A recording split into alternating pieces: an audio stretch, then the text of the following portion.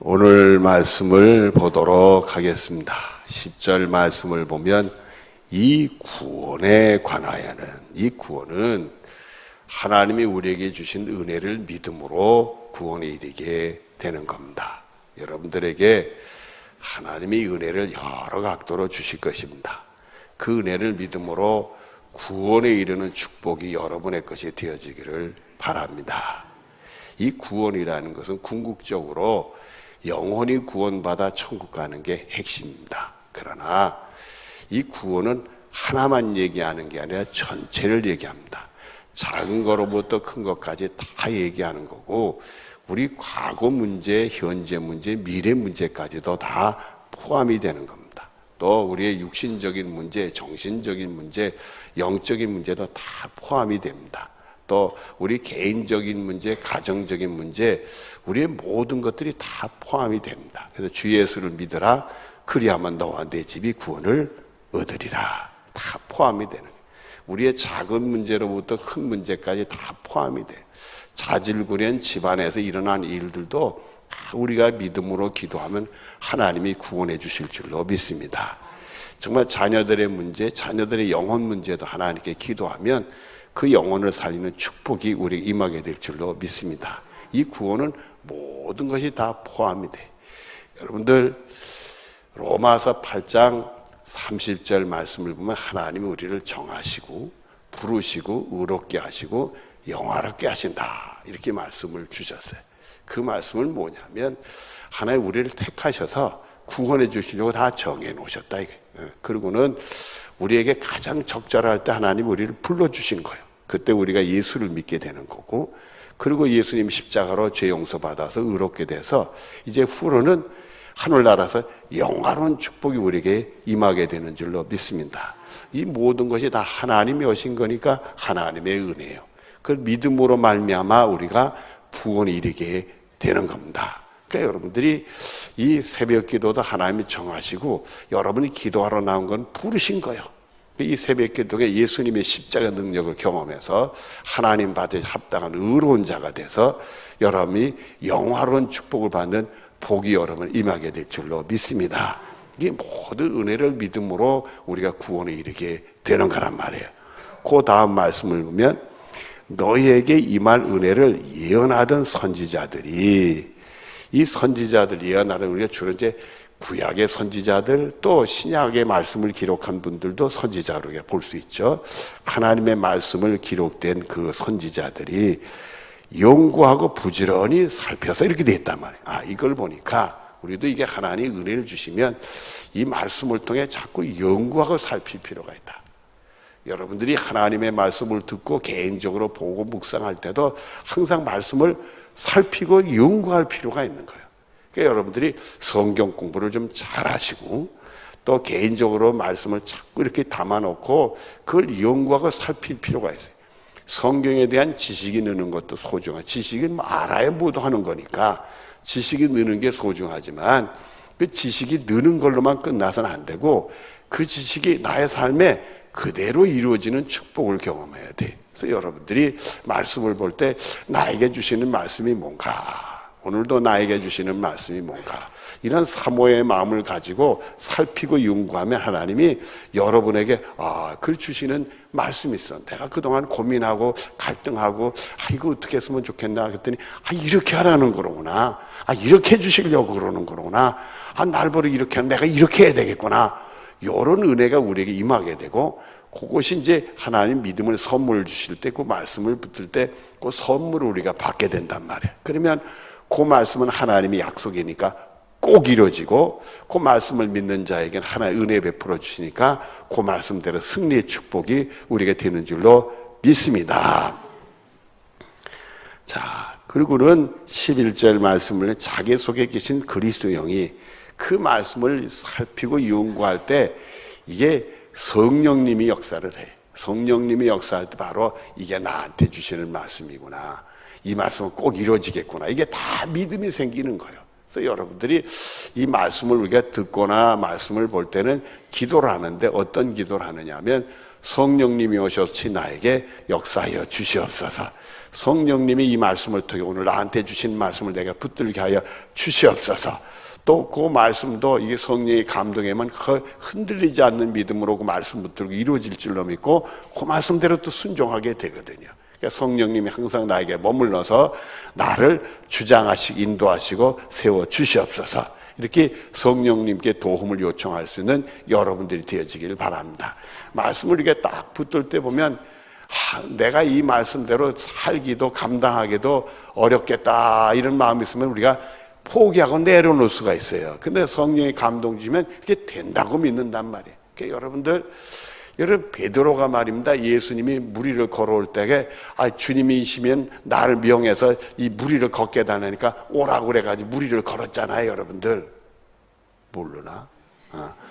그런데 말이에요.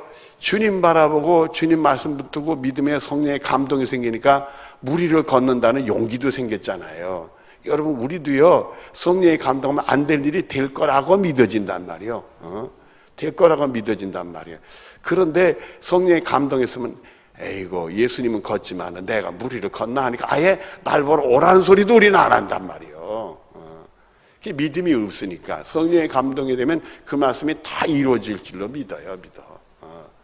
믿어. 근데 베드로가 세상 바라고 물을 바라봤다니 퐁당 빠졌잖아요. 그러니까 말씀 붙들고 가면 이게 그대로 이루어지는데 세상 보면 내가 물에 빠질 사람이니까 물에 퐁당 빠지지. 그러니까 우리는 주님을 바라보고 말씀이 이루어질 줄로 믿고 성령의 감동이 있으면 할 수 없는 일도 할 수 있는 능력 주시는 자에게 능치 못할 것이 우리 예수님 하신 일도 우리도 하고 더 할 수 있다. 이런 놀라운 역사가 우리 임하는 복이 있게 될 줄로 믿습니다. 이 선지자들이 말씀을 연구하고 부지런히 살펴서 자기 속에 계신 그리스도의 영향, 성령님이 감동을 주실 때 그 받으신 고난과 후에 받을 영광을 미리 증언하여 이렇게 됐어요. 그 예수님에 대한 말씀이지. 예수님이 왜 고난 받으셨어요? 우리 죄값을 치르시려고 그랬잖아요.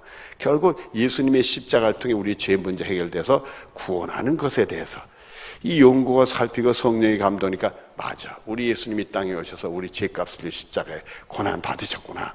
그게 믿어지고 그 다음에 받으실 영광. 그 죽음의 자리에서 부활받아서 승천하셔서 하나님 우편에 계신 영광. 우리도 이제 예수님처럼 죽어도 부활받아서 하늘나라 가서 영광을 누리게 되겠구나. 이런 것들이 다 살펴서 연구하는 성령의 감동 주니까 말씀을 통해 다 그렇게 됐단 말이에요. 그거를 증언을 했다 이게.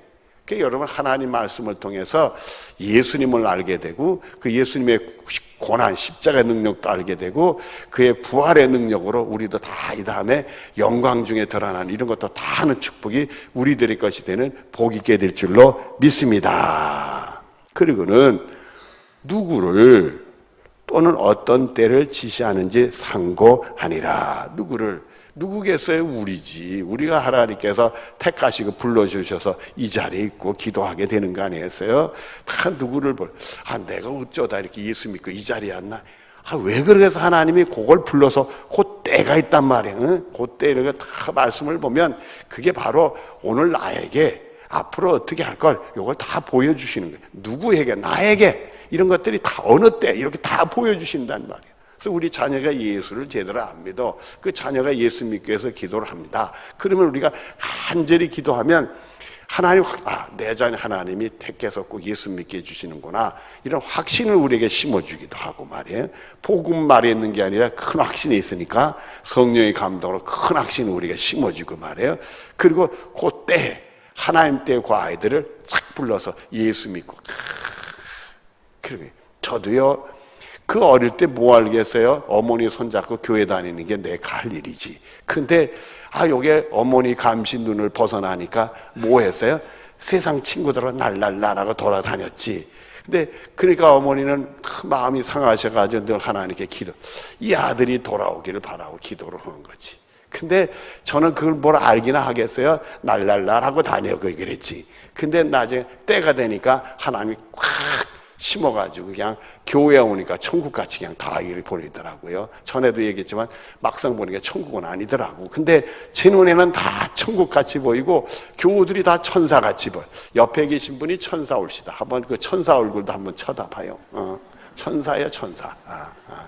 여러분들이 다 천사의 축복이 여러분의 것이 되는 복의 역사가 있게 될 줄로 믿습니다. 자, 그리고는 12절. 이 섬긴 바가 자기를 위한 것이 아니요 너희를 위한 것이니 무엇으로 알게 되었으니 계시를 알게 됐다. 바로 이 선지자들이 하나님의 말씀에 대해서 윤곽을 살펴서 성령의 감동으로 다 깨달아가지고 우리에게 그거를 증언했는데, 그것이 말씀을 보다 보면 이거는 다른 사람을 위한 거란 아니라 누구를 위한 거예요? 우리를 위한. 그래서 여러분들이 말씀을 받을 때 다 누구를 위한 거예요? 나를 위한 거라고 보이면 다 나를 위한 거예요. 그거를 뭐를 통해서 알게 됐다? 계시를 통해서. 여러분들에게 계시에 대한 말씀을 드렸잖아요. 우리 일반적으로 계시를 얘기할 때는 세 가지를 얘기해요. 기록된 말씀, 이 성경 말씀, 선포된 말씀, 단에서 선포되는 설교, 그 다음에 예수 그리스도, 예수님이 직접 여러분에게 계시로 임해. 사도 바울 같은 거 다마섹 도성에서 누구를 만나게 돼요? 예수 그리스도. 사도 바울은 이미 구약을 다 공부한 사람이요.